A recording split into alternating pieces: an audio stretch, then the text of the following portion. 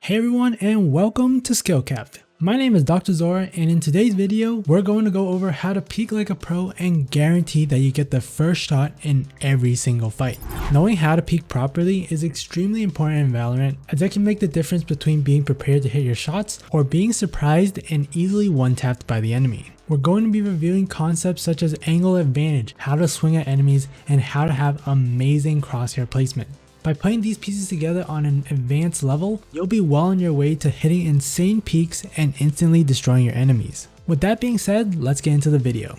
And if you want to take your game to the next level and play like the pros, then go to skillcapped.com to unlock our hyper improvement system that will teach you everything you need to blast through the rankings in Valorant. The link will be provided in the description below. We're going to start things off with our question of the day. What is your favorite weapon to use in Valorant? The weapon you tend to use can drastically change the way that you want to play the game. You may position yourself differently, you may play more aggressive or passive, and these factors and more will also change how you're going to peek enemies and get into duels. So let us know in the comments below on what weapon you like to use the most. I'm sure most of you guys are going to go with the Phantom or Vandal, but I'm sure there's going to be some outliers. Jumping right into things, the biggest concept to understand in order to hit the first shot and outpeak your enemies is angle advantage. To put this in simple terms, essentially the further you are from a wall or corner, the earlier you're going to be able to see an enemy. If you're too close to a wall or corner, you're going to see them later and have less time to react and fire at the enemy. To give you an idea of what this looks like, we're going to head over to a cubby. If I'm tucked into the very corner of a cubby over here, there are two scenarios that could happen. One is that the player hugs the wall closest to me and peeks. If the player does this, we'll see each other at fairly the same time and have an equal chance of reacting and shooting a shot. However, if the player decides to back up and hug the wall furthest away from me, they're actually going to be able to see me before I can see them. And this is what angle advantage is all about. If a player is tucked in close to a wall and you're able to get far away from that wall and go for the peek, you'll be able to see them before they can see you, and therefore you'll be able to shoot them without them even knowing what hit them. This is the essence of angle advantage when you're the one that has the peeking enemy. Now what about the player who's holding though? How can we mitigate this angle advantage and even the playing field? Let's go back into my perspective and the position that I'm playing. One way I can mitigate the angle advantage that enemies would have on me is by backing up as far as I can and then moving slightly to the side of the wall to the right. By doing this small adjustment, it opens up my field of view, and now if a player tries to peek me, we'll see each other at relatively the same time. However, a way that this is an advantage for you though is that not only does this decrease the enemy's angle advantage, but it also puts you at an off angle. An off angle is a position that tends to be unorthodox and unusual for a player to be in. For example, most people will try to check the cubby, and we'll go over a common peek that players will do for positions like these, but because players tend to expect you to be in the very corner of cubby, they'll try to put their crosshairs there and they won't be ready for you to be slightly off that position. The off angle allows you to be prepared for an enemy to pop out at you while also forcing enemies to have to flick their aim as you were in a position that they weren't expecting. Getting back into our peeks though, a big part of getting the first shot over the enemy is phenomenal crosshair placement and preparation. Now everyone knows that you want to place the crosshair at head level, but there's more to that, and for this maneuver in particular,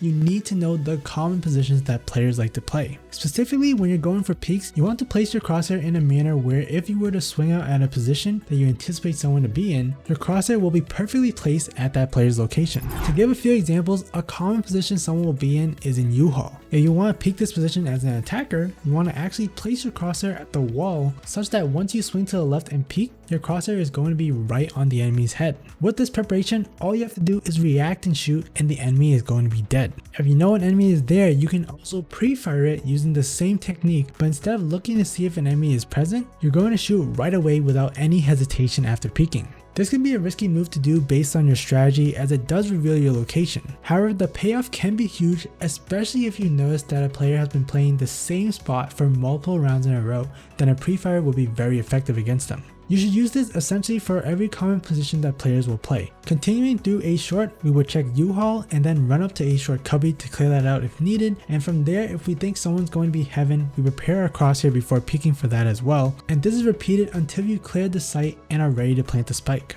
With this sort of crosshair placement and preparation, you greatly increase the odds of you winning the aim duel against any enemies that you face. Now that we've talked about crosshair placement, there is an exception to that technique, which is those pesky off angles that we mentioned earlier in the video. This really comes down to knowing how the enemies like to play their positions, and if they utilize these off angles, the technique that we just mentioned won't be nearly as effective, as they'll catch you by surprise and you'll have to hit an insane flick shot. If enemies are starting to play these off angles, in order to get the first shot on them, you're going to need to do what we call wall hugging. What this means is instead of going for those sharp transitions where you place your crosshair for the common peak position, you're going to place your crosshair right outside the corner of the wall the entire time that you're pushing onto the choke point. By doing this, if someone is on an off angle, your crosshair will be ready for it and you'll be able to land your shots much easier than using the previous method. In your games, we recommend using a combination of these two techniques and having them in your toolbox so that you're ready to do the right peak based on the situation and way that your enemies are playing. If you find that players are playing pretty standard, then use the standard crosshair placement in preparation to peek them. If they're playing off angles, use the wall hugging method to ensure that you'll always be ready to take a fight at those positions. You can also perform small jiggle peeks where you're bouncing back and forth and slowly creeping your way through a choke point to ensure you don't get caught by these off angles. This technique combines both methods together and gets you locked and loaded to take on any challenge that comes your way. Last but not least, we're going to talk about how to peek in different ways based on the weapons that you or your enemies may have. To do this, we're going back to our initial example of angle advantage. From what we've said so far, being as far as possible from the walls and corners are ideal to get you the maximum amount of vision so that you can spot your enemies quickly and early. However, one thing to consider is if the enemy has an operator, which changes the situation entirely. If an enemy is holding an angle with an operator and you peek like we mentioned, it's likely they'll be prepared and ready to hit an easy shot onto you. To counter the operator, your best bet to peek besides using utility is to perform a wide swing. This involves taking a few extra steps to the side before stopping and shooting the enemy. The advantages of this is that it only takes a few more milliseconds to perform, but it forces the enemy to have to hit a flick shot to kill you. To add on to that, now let's take a look at what happens if you actually hug the wall close to the enemy and perform a wide swing against the operator.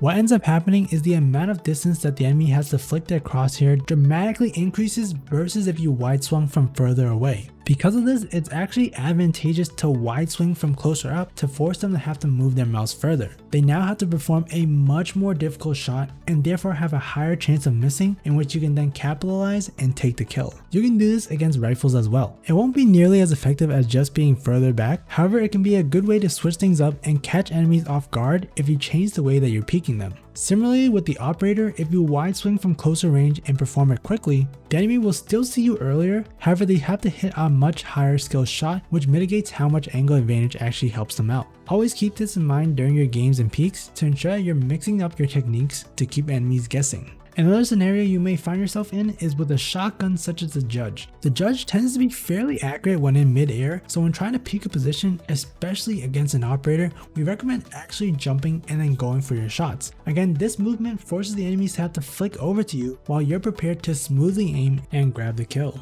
Alright, so let us know in the comment section below on what your favorite weapon is in Valorant. And while you're down there, make sure to like, subscribe, and hit the bell icon to get more premium guides just like this one with one goal in mind, helping you become a better player. We here at SkillCapped want to thank you for watching. We'll catch you in the next. I'm Dr. Zora, and good luck out there.